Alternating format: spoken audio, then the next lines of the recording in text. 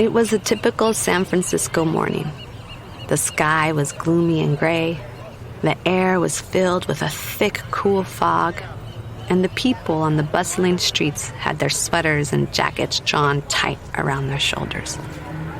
But there, walking in their own ray of sunshine, was a woman named Mercedes and her 9-year-old daughter, Maria Teresa. Maria Teresa was so excited to be walking along next to her mom. Ever since they came to California from Colombia 5 years before, her mom had been working so hard cleaning houses. It was rare that they had a day to spend together. And today, they were going to do something very special. You see, Maria Teresa and her mom were going to officially become citizens of the United States of America. As they made their way down the sidewalk together, Maria Teresa heard a ferry's horn in the distance. It sounded like a trumpet announcing their arrival. One of the cable cars jangled its bell, cheering them on. And when Maria Teresa and her mom got to the Grand Courthouse, their heels clicked like applause as they climbed up the steps to go inside.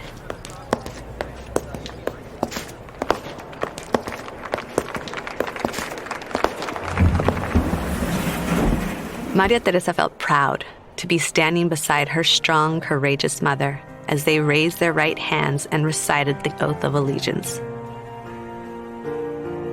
That day, Maria Teresa felt like she was part of something big.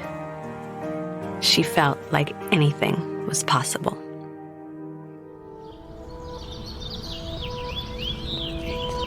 Three years later, Maria Teresa was walking up another set of grand stairs. This time, she was with her friends, giggling and having a blast on their class trip to the capital of the United States, Washington, D.C.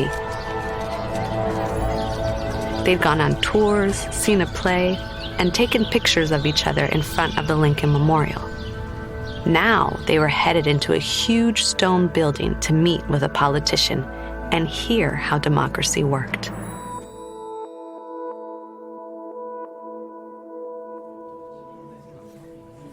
The class sat cross-legged on a scratchy rug, squeezed elbow to elbow, waiting for the politician to arrive. To pass the time, Maria Teresa braided her friend's hair and daydreamed about growing up and sitting at her own very important desk in Washington, D.C., with a briefcase of papers in front of her.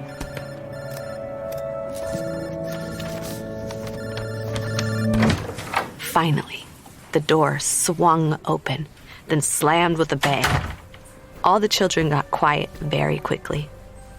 The politician strode in, barely looking at the kids before launching into a speech about how anything was possible in this country, as long as you worked hard and believed in the American dream. Maria Teresa thought. My mom works harder than anyone I know, and we believe in the American dream, but it's not that easy. Maria Teresa loved her life. But to be honest, living in the United States had been really tough for her and her family. Her mom worked nonstop, and her dad had been sick, needing a lot of medical care. Maria Teresa wondered how much this politician actually understood about the American dream, about what it took to build a life here, to put food on the table and take care of your family.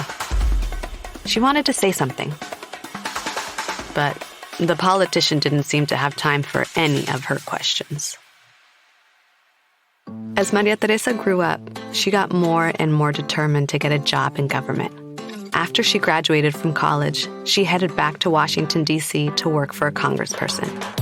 She got a briefcase full of important papers just like she'd imagined, and rushed from meeting to meeting, talking to policymakers about lots of important issues, like global trade and protecting the environment.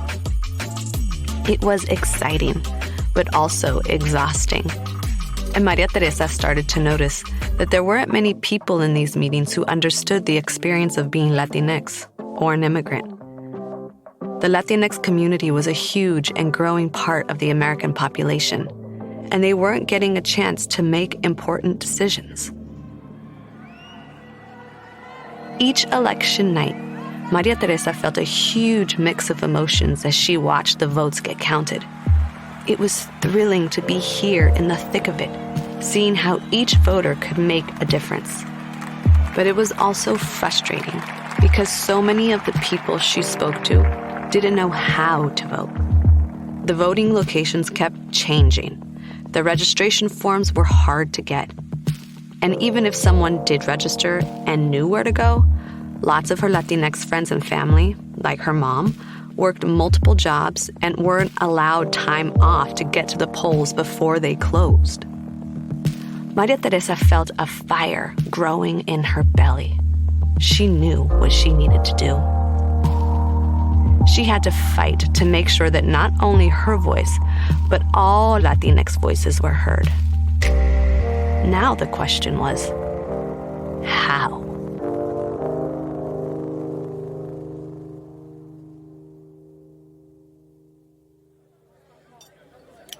One day in 2004, Maria Teresa was having dinner with a mentor of hers.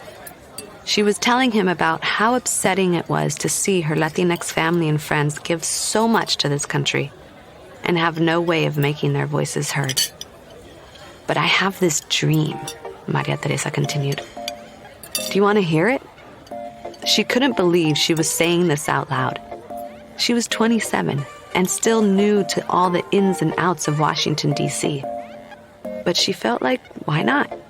Why not share her dream and see if it could become a reality? Okay, here it is, Maria Teresa said without waiting for an answer. I want to run an organization that focuses on the Latinx community. I want to make sure every Latinx voice is heard. Get more people at the table, give them agency and self-determination. That's the way we can transform this country and the world. Wow, her mentor said with a smile. Well, I can help you with the first part at least. Have you heard of a woman named Rosario Dawson? Rosario Dawson was a Latina actress who had been in lots of hit movies, TV shows, and music videos. She just started a campaign called Voto Latino to help make it easier for the Latinx community to vote. Maria Teresa was thrilled. This was exactly the kind of work she wanted to do. So her mentor set up a time for her to meet Rosario. As soon as the two women were in the same room, Maria Teresa started talking a mile a minute.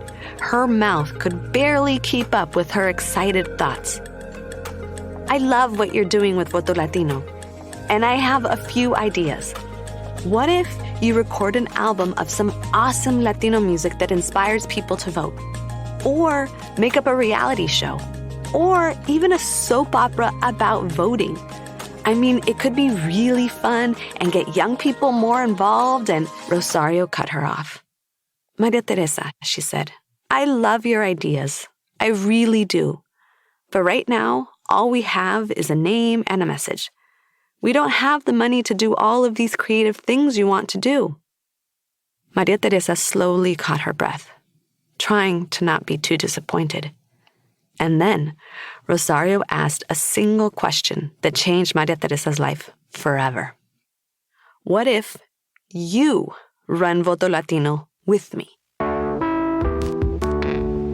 It was an easy decision for Maria Teresa to make, even though she knew it would be very challenging. For starters, she had to quit her job. No more big briefcase full of papers and glittering office spaces. No more power suits or salary either. Just before her 30th birthday, Maria Teresa moved back in with her mom to save money. She pulled an overstuffed suitcase up the front steps and thought of that day so many years ago when she and her mom walked up to the courthouse, their footsteps sounding like applause. Could she still hear it? It was faint, but there, a steady beat, urging her on.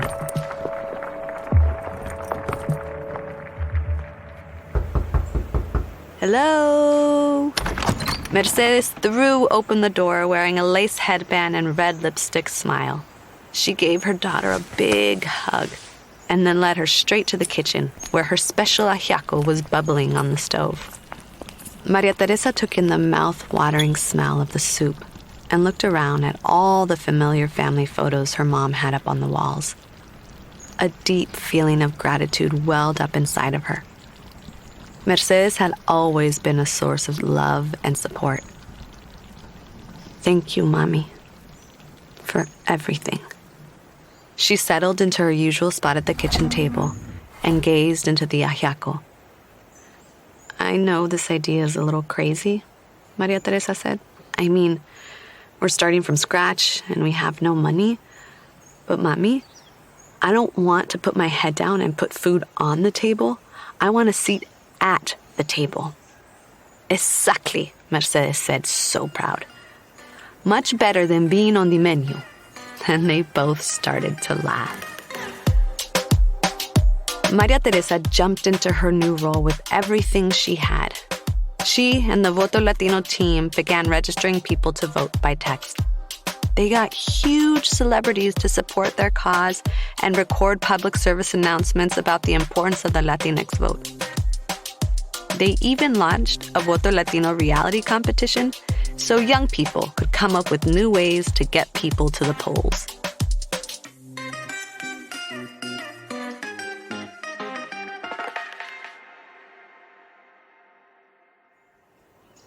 In 2008, just before the election, Maria Teresa sat on the couch next to her mom with a bowl of popcorn and a laptop.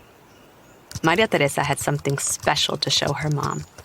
She pressed play, and dramatic music started as the words La Pasión de la Decisión scrolled across the screen. What's this? Mercedes asked her daughter. Maria Teresa winked and smiled, looking back at the screen. On it, there was a young couple, kissing in front of a fireplace. It looked like they were newly engaged and thrilled to be getting married. Maria Teresa giggled a little. She'd gotten a star-studded cast to do this video, and the dialogue was super sappy, just like an old-fashioned soap opera or telenovela. Then, the woman on the screen told her sister that she was getting married, and the sister revealed a deep, shameful secret. No. You cannot marry this man. He is not who you think he is. He is not registered to vote. No, it can't be. The man made all kinds of excuses as the music swelled. But it's so easy, the bride-to-be cried, throwing her engagement ring back in his face. And then the credits rolled. Brought to you by Voto Latino. It's your country. Represent. Mercedes was up on her feet, laughing and applauding. That was hilarious, she cheered. But wait, Mommy. Here's the best part. Maria Teresa tapped her nail on the computer screen, showing her mom how many people were watching this fun experiment. The numbers kept ticking up. It was a viral sensation. Each person who watched meant, hopefully, another new voter. And that was just the beginning. Since 2008, Maria Teresa has become a powerful force for change. She organized free rides to voting sites and taco trucks to greet voters. She appears regularly on TV, in magazines, and in Washington, D.C., urging people to make their voices heard by voting. She even co-founded National Voter Registration Day, which is celebrated every September and rallies people all over the country to help get more voters registered. Most importantly, she's helped over 1 million people register to vote. That's 1 million people who now get to help decide how our country functions. Maria Teresa's work is not always easy, but it's definitely rewarding and fun. And it all started because she was brave enough to share her dreams. So remember, even if you don't have a big briefcase full of papers or work on Capitol Hill, your voice matters. You can help shape the future of this country. And we can't wait to see how you do it.